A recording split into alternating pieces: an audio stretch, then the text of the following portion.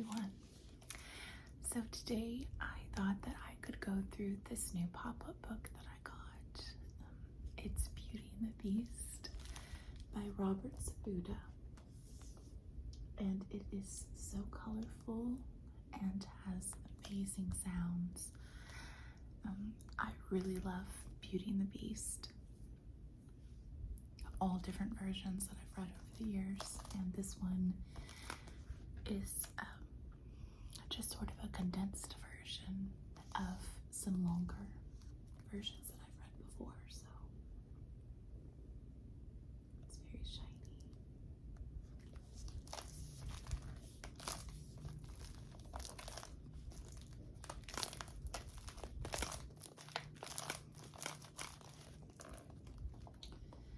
I'm going to read it and then I'll turn around and show the pictures. That'll be easier because it is quite a bulky book.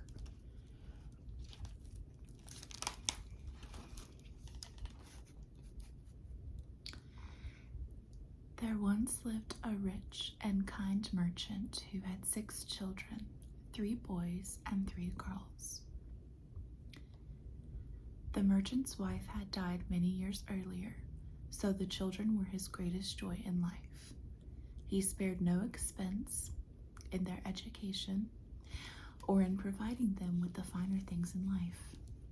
All his daughters were very pretty, but everyone admired the youngest most.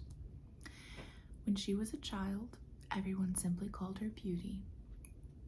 This led to a great deal of envy among her sisters. Not only was Beauty prettier than her sisters, but she was kinder and better natured. Her elder sisters were arrogant because the family was so rich. They chose only wealthy people for their friends and made fun of their younger sister, who spent most of her time reading books. One day the merchant was told that a terrible storm had destroyed all of his ships, their valuable cargo lost forever. The merchant gathered his children to share the terrible news. "Do not fear," he said bravely. "We shall move to our little house in the country and enjoy a simple life, working the land for all we need. It will be difficult, but the important thing is that we are all together and safe." Tears clung to the corners of his eyes and he could speak no more. The merchant's sons bowed their heads respectfully at their father's wisdom and love. But his 2 older daughters felt differently. "What is the point of living," they wailed, "if we are poor?" They paced the room, stamping their feet and ranting in frustration. The youngest daughter, Beauty, tried to comfort the old man. "Yes, father," she agreed. "We shall all stay together and start a new life in the country. How wonderful it will be to spend more time out of doors in the fresh air each day." Beauty's sisters seethed, their faces red with anger. "You stupid girl," they cried. "We will never have fine clothes again, or servants to tend to our needs. No man will ever marry us, and you will have no time for your silly books." But Beauty paid them no mind and hoped for the best for their new life. When they arrived at the country house, the merchant and his 3 sons began farming the land. Beauty rose very early each morning to feed the animals, clean the house, and prepare the meals for the entire family. But at the end of the day, she always found time to spend reading before drifting off into a sound sleep.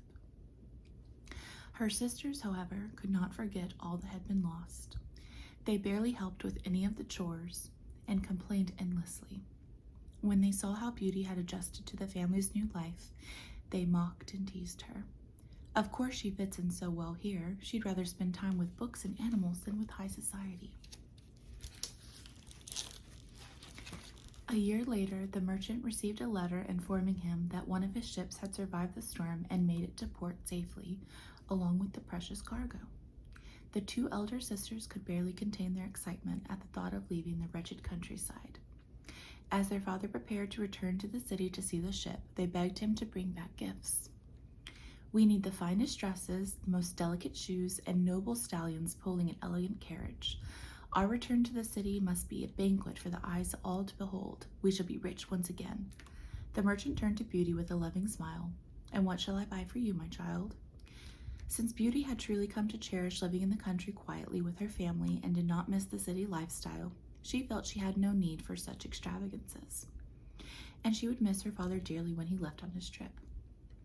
But she thought it best to ask for something because she knew it would please him to bring her something. "Please bring me a rose," she said, "since they do not grow here. We only have cabbages in the garden, which, though they may look a bit like roses, are not as lovely." "Then I shall bring you the finest rose in all the land," her father said, "for today our lives are changed forever."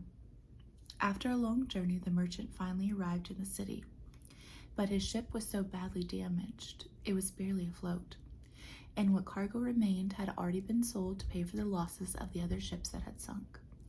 Utterly defeated, the old man mounted his horse and began the trip home, even poorer than when he'd started out. As he passed through a thick forest, the sky turned black and it began to rain. Soon the rain turned to snow, and the merchant became lost in a raging blizzard. His despair deepened as he realized he would perish without ever seeing his beloved children again. Then, when the merchant thought all was lost, he saw a distant light and prodded his horse toward it. The snow gradually began to fade away, and the merchant found himself approaching a lush green garden with an enormous castle, windows ablaze with candles behind it. The great doors of the castle opened slowly as the old man dismounted his horse and went inside. "Hello," he called, and his voice echoed down the massive hallways.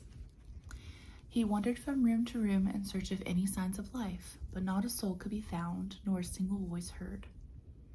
Finally, he came upon a great hall with a blazing fire in the hearth and a table set with a delicious meal. Ravenous, the merchant devoured the food and soon fell asleep in a chair.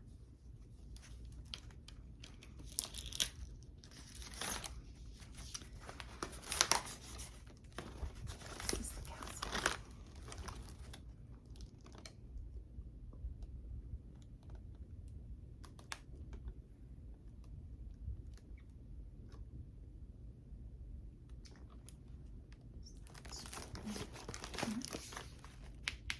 Beauty reading.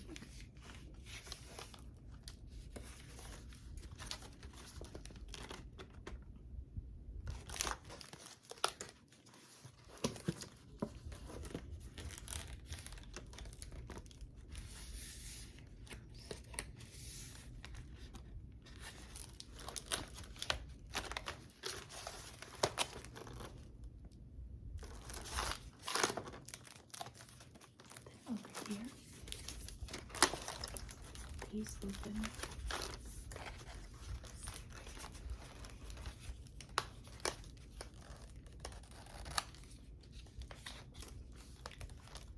The windows pop out. You can see little scenes inside them. Might be difficult to show.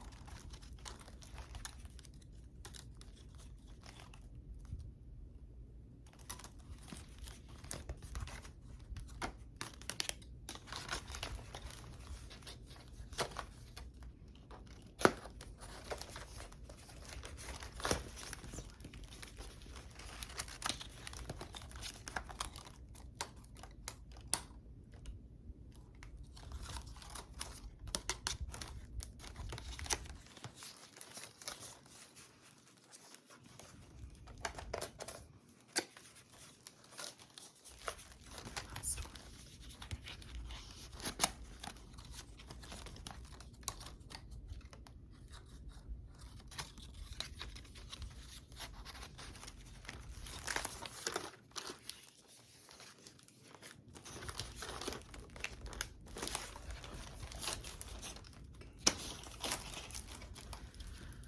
Let's go to the next page here.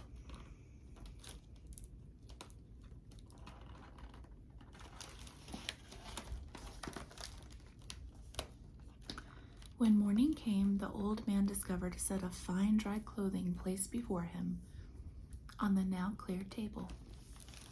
What a wonderful and mysterious host the master of this castle is, he thought. Outside, the merchant found his horse well fed and saddled up for the journey home. As he rode through the gardens, a lovely bed of roses came into view. "Well, at least I can return home with one gift," he said, plucking a single rose for his beloved Beauty. Suddenly, an angry roar shattered the stillness of the garden, and a terrible beast burst from the bushes. The beast was so horrible to look upon that the old man almost fainted. He fell from his horse and cowered on his knees. "I give you shelter and food, and this is how you repay me," the beast thundered. "You steal my roses, which I love more than anything else in this world. You shall pay for this ingratitude with your life." The shaking merchant pleaded with clasped hands. "Pardon me, my lord. I did not mean to offend you. I took it only as a gift from my daughter Beauty." Then he told the beast his family's sad story. The beast paused and reconsidered the punishment. "I will spare your life on one condition. You must send one of your daughters to die in your place, and if they refuse to die for you, swear you will return to accept your punishment." "I would never sacrifice one of my daughters," the weeping merchant said, but he did want to see his children again, so he agreed to the beast's bargain even though he secretly had no intention of sending one of his daughters to die in his place. "If you don't return in 3 days," the beast warned, "I will come and find you." Then his voice softened. "In case you come back to me to die, I don't want your children to be poor orphans. Go to the hall where you slept and take the chest of treasures you find there." When the merchant arrived home, the 2 eldest sisters rushed forward, greedy for all the presents and treasures surely to be found inside the elaborate chest. Beauty hugged her father, who gave her the single rose. Then he related the terrible tale of the encounter with the beast to his children. When the 2 elder sisters heard the bargain their father had made, they turned to Beauty in a rage. "See what you have done," they wailed. "Why didn't you settle for the same gifts we asked for? Now you are going to be the cause of our father's death, and you aren't even crying." "I'm not crying," Beauty said gently, "because there's no need for tears. Father will not die because I will go to the beast as promised." Beauty's brothers protested and offered to kill the beast themselves, but their father insisted the creature was too strong. He pleaded with Beauty to stay while he was sacrificed, but he could not change her mind. Beauty was convinced that her life would be spared. "I'm sure no harm will come to me. Can this monster be so terrible if he offered father such kindness in times of need?"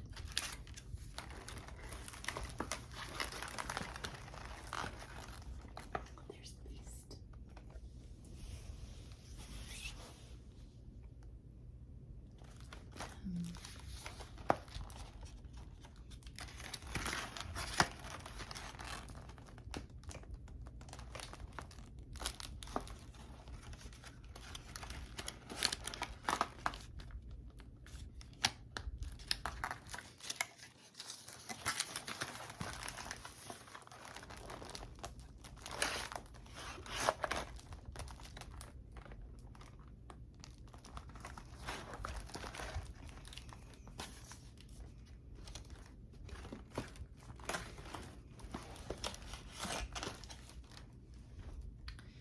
Beauty's father thought about this. Beauty was so certain that nothing ill would befall them that he believed her and agreed to let her accompany him on the journey.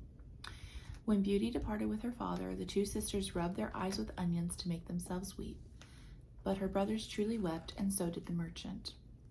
Their horse took the road to the castle, and by nightfall they spotted it as before. When the enormous doors opened, Beauty tried to be brave but felt horribly frightened inside. A loud roar echoed throughout the castle, and Beauty trembled at the sight of the huge monster slowly emerging from the shadows. "Good evening, my lord," she said, barely able to keep herself from shaking. "Good evening," replied the creature, "but do not call me lord. For the truth is, I am an unspeakably ugly beast, and the truth is always to be spoken within these castle walls." The beast turned to her father. "You may stay the night, but you must leave by morning and never think of returning here." He turned back to the daughter. "Good night, Beauty." "Good night, Beast," said Beauty. Beauty found the courage to look him in the eyes and was surprised to find a great sadness. Then, with his claws dragging on the floor, the beast was gone.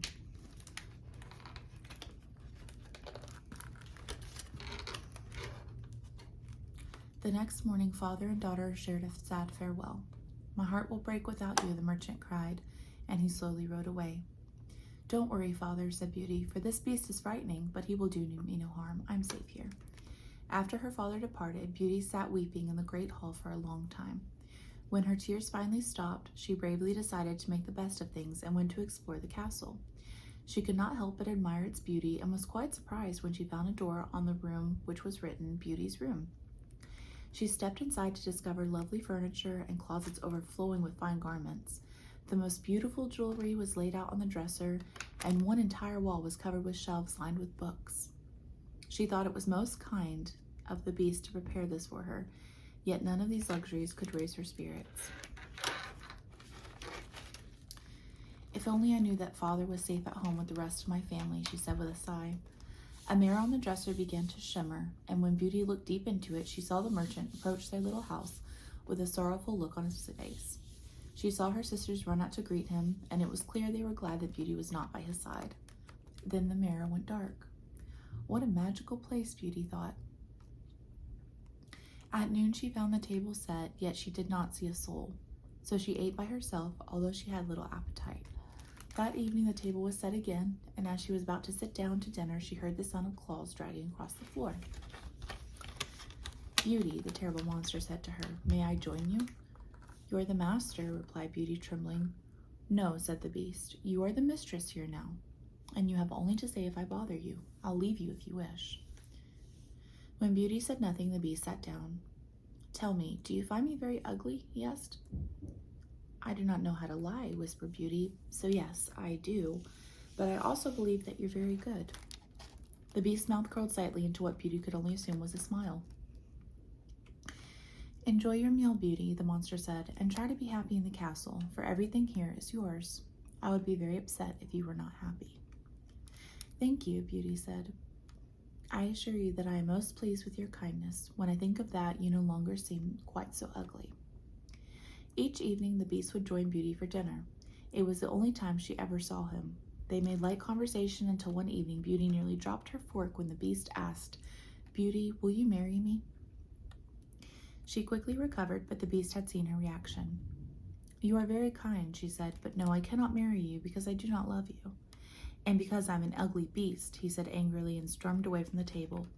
Beauty did want to upset the beast, but she no longer feared him quite so much.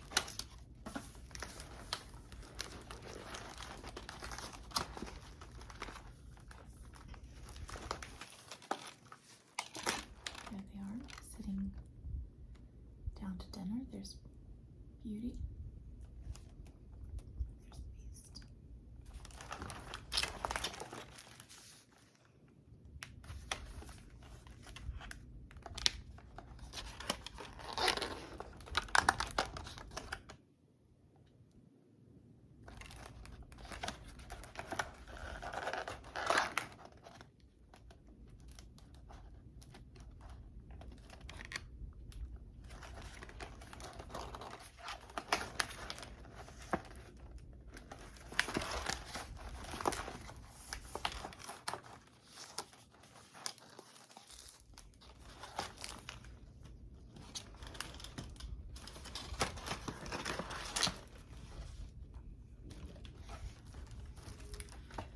Eventually, Beauty became used to living in the castle and struck up a friendship with the beast.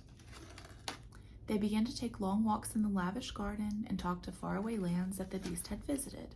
He was a wonderful storyteller and soon had Beauty laughing when he acted out all the parts of an adventure as if it were a play. But then he would remember he was a beast and quickly bid her good night. This was the moment Beauty dreaded most because it always ended the same way. Beauty, the beast asked quietly, stepping close, will you marry me? She saw herself reflected in his terrible eyes, knowing how much pain her answer would bring him. No, beast, you must understand. I know you have been so very gracious and kind to me, but I can never be your wife because I do not love you. Farewell, then, Beauty. The beast would sigh and disappear until the next day, leaving Beauty to suffer alone with her cruelty. Beauty felt worse than she'd ever before because she knew how much the beast suffered. She wished her father was there to console her. She ran to her room and picked up the magic mirror. Please show me my father, she asked. The surface of the mirror shimmered, and she could see the merchant, but something was terribly wrong. The old man lay on his bed, sick with remorse for having lost her. Life seemed to drain away from her before her very eyes. After dinner the next evening, when the beast asked Beauty to marry him, her answer was different. Beast, I will always be your dear friend. Please try to be content with that. Then she told him what she had seen in the mirror. I beg you to allow me to go to my father. If you do, I promise I will return and stay forever of my own free will. Her eyes filled with tears, and she bowed her head in anguish. I cannot bear to see you in such pain, the monster said. I will send you home, and then your poor beast will be left here to die all alone. No, Beauty said, I will come back to you, I promise. A mournful look came over the beast's face, and he reached into his pocket and pulled out a gold ring. Beauty's heart leaped with fear as she immediately understood what the ring was, for since he asked the same question each day, but she was wrong. Return before the moon is full, dear Beauty, or my heart will break. Place this ring on your finger, turn it 3 times, and wish yourself to be home. When you want to return here to the castle, do the same. Farewell, my Beauty. Beauty slid the ring on her finger, turned it 3 times, and thought of her father and home and the garden filled with cabbage. In an instant, she stood in the old house in the country. She immediately went to her father's side and saw that he was indeed very ill. He could hardly contain his joy when she appeared, and with her careful nursing, he slowly began to recover. A message was sent to Beauty's sisters in the city, and they came running back to the house with their husbands. Since the merchant had been lifted from poverty because of the beast's chest of riches, the daughters had been able to marry. But when the sisters saw Beauty more beautiful than daylight and dressed like a princess, they were speechless. They hugged her closely, but nothing could contain their envy, which only increased when she told them she was happy and content with the beast. Why is that little wretch happier than we are? They whispered to each other. Are we not just as pleasing as she is? Sister, said the oldest, I have an idea. Let's try to keep her here until after the full moon rises. Perhaps that stupid beast will become so enraged when he finds her that she's broken her word, he'll devour her. The weeks passed quickly, with the sisters arranging one party or social event after another, all in an effort to keep Beauty to stay longer. She went for long walks with the highest members of society. Young men asked for her hand in marriage, but she instinctively refused them all. Her sisters could not understand. What was wrong with her? Did she not want to get married? Beauty wondered herself. One evening she was leaving a party when the carriage she rode in broke a wheel. The horses continued to pull, so the broken wheel scraped along the road like a claw dragging across the floor. A claw dragging across the floor. Beauty looked out the window and up at the night sky. A full moon glared down at her, a luminous reminder of her forgetfulness. What had she done? She turned the ring on her finger 3 times and thought of the castle all aglow, the beautiful garden, and most of all the beast, her beast.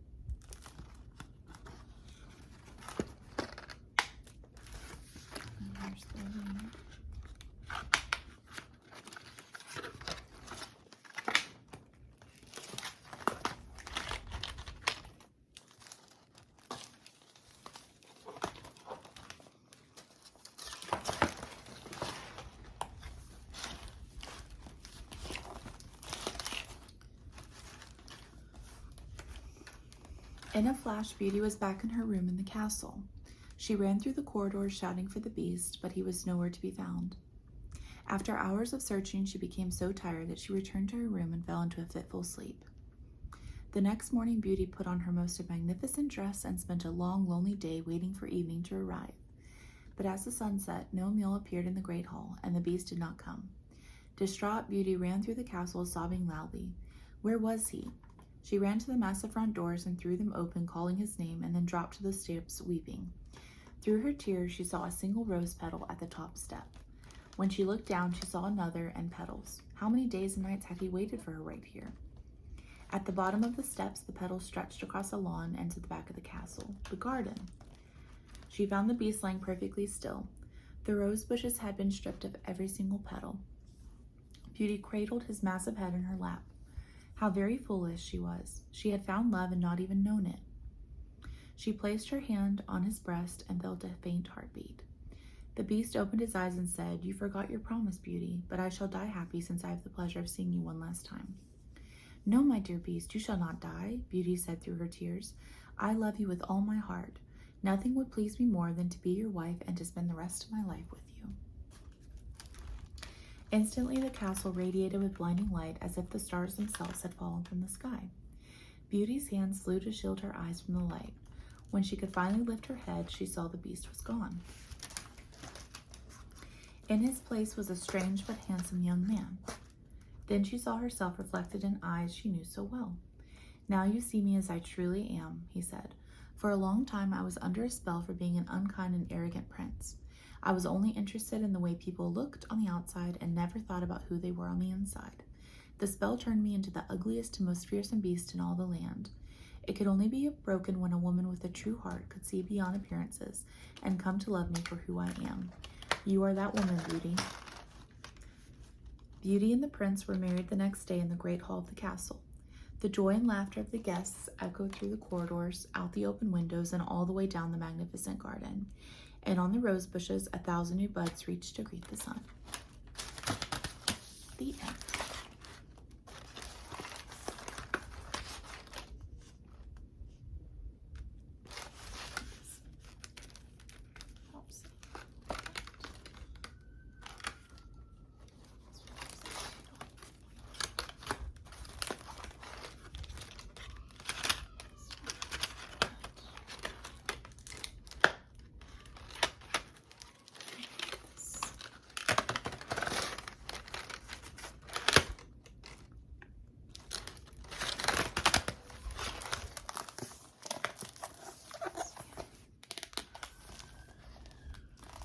That's the book.